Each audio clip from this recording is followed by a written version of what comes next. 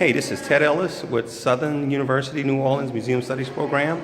I'm here with Mr. Kevin McKenzie, and he's going to share his objects and artifacts as it relates to World War I. Correct. Thank you, Ted. Pleasure to be here, and I'm glad you came to see the exhibit. So this is a good place to start, and this is somewhat emblematic of what we here in Travis County wanted to show about specifically how different groups of society, different slices of America participated in World War I, but were not necessarily given credit because they were minorities.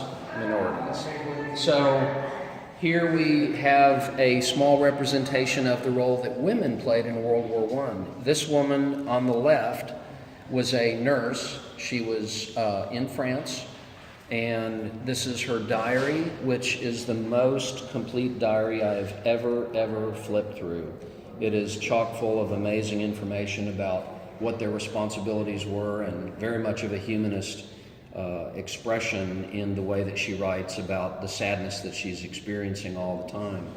Here we have a segment that gives reference to the African Americans that fought in World War I that oftentimes in the time period were not given credit. The Commander-in-Chief of the American Forces, General Pershing, actually did not want to put them into combat. Interesting. Most of the African American soldiers in the American Expeditionary Force were used as pioneer battalions, cutting logs, building bridges, patching railroads, graves registration, digging graves. So they were effectively used as hard labor, not as combat. And so the French needed arms, needed more men so desperately. They were begging us, and General Pershing almost, in my mind it was kind of a backhanded compliment, but he said, here, you can have these guys. And he gave them a regiment, the 369th Infantry Regiment, known as the Harlem Hellfighters, the Black Rattlers. So this is representative of some of the African Americans' role in the war. On the right we have Henry Johnson, who was with the 369th. He was from the Bronx, and he was awarded the Croix de Guerre with Palm and Star by the French military. We see that up above and to the left. And he was awarded the Medal of Honor posthumously in 2015. So after 97 years, he finally was awarded his well-deserved Medal of Honor. Here we have some brothers, three brothers and one cousin, all from Texas, African-American men that all joined up and went to fight. Above them we have a gravestone of one of the gentlemen here in Austin, Texas, who went to fight with the 369th Infantry. And then up above a group unit of a number of the men of the 369th, all proudly displaying their French Croix de Guerre medals. Here in the middle we've got a gentleman who was from Texas. He joined the 36th National Guard. It became federalized in 1917 and then was shipped over to France. He was an ambulance driver and served as the assistant to the 36th Division chaplain, and I'm proud to say that he's my grandfather. It's amazing. Here on the right, we have a representation of the Latino Americans that played a role in World War I. This gentleman here ended up writing this book that we see, which translates to the Mexican Americans in the Great War, and he was decorated and wounded. He fought with the 90th Division in World War I, and he went on in, I'm not sure the year, but he became one of the founders of LULAC, the League of United Latin American Citizens. Excellent. So this is representational that it was not just a white man's war. Other people, proud Americans, regardless of skin color, served and went on to do distinctive, contributory things to the United States of America. Kevin, let me ask you this. You have any idea about the role that women played during World War II? World War I, I'm sorry. World War I, The majority of them that served that I'm aware of were generally in a nursing capacity, and they could be nurses for either some went and joined the French as nurses before we even entered the war in April of 1917. Some would go and they'd go to Canada, they'd go to Britain, and then of course when we came into the war, many joined the American Red Cross, or they went into military units and went as nurses. So as far as I know, there were no women in combat for the American forces, but nursing is a highly distinguished and very, very necessary career, of course, in wartime especially. Over here we have a few personal items. This is it's called the Brodie helmet. That was the standard helmet of the American and the British forces in World War I. This one in particular, you'll notice the Indian arrowhead with a T on the front of it, as shown by the patch here. That was the divisional insignia of the 36th Texas Division.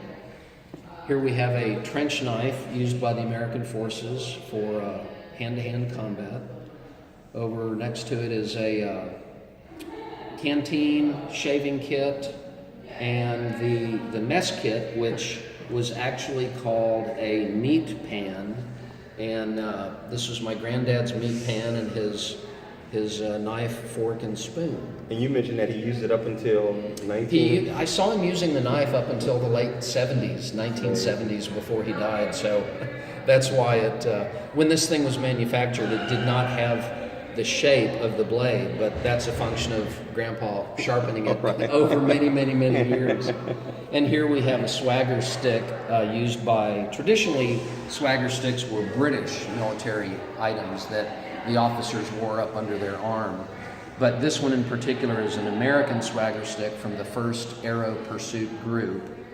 Some American officer obviously chose to emulate the British, and he made his own, and it does have unit insignia on the top of the stick, which is a .50 caliber shell. Interesting. Wow. Over here, we've got a number of items. Obviously, a German Model 1916 helmet. A lot of people know the Germans from the helmets they used to wear that have the spikes on top. Those were called Pickelhauben, and they became obsolete in 1915. So hence the Model 1916 helmet that obviously protected their heads a bit better. These insignia down here are the 3 grades of the German military's Purple Heart medal.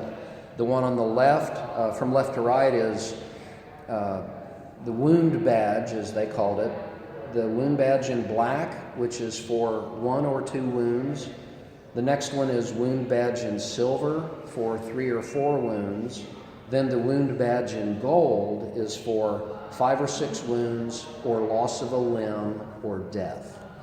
And those were the standard insignia or badges they were awarded for being wounded.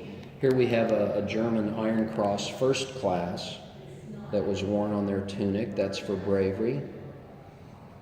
Next to it on the left is a Model 1916 DWM manufactured Luger, German Luger, with its holster that my grandfather brought back from the war. Above it is a badge that goes on the front of a Pickelhaube helmet. It's called a Wappen, or a Wappen, and that one in particular is from Prussia.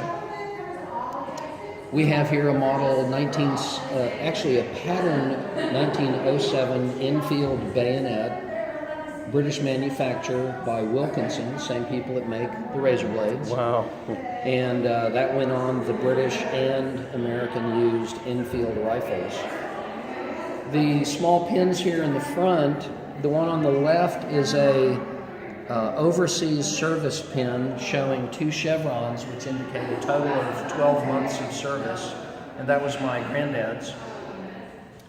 To the left, to its right, is a silver wound pin that was worn as a lapel pin that showed you were discharged from the Army after or during World War I and were wounded.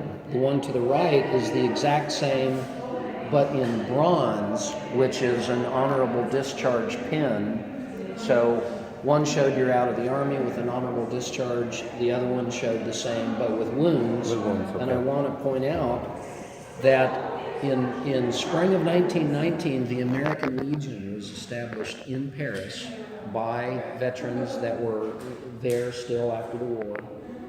And this World War I honorable discharge pin became the very logo of the American Legion. Wow. So to this day still, after 99 years, that is the American Legion's logo. Okay. Over here we have a selection of items that belonged to a colonel who, Colonel Hoover, John Hoover, was the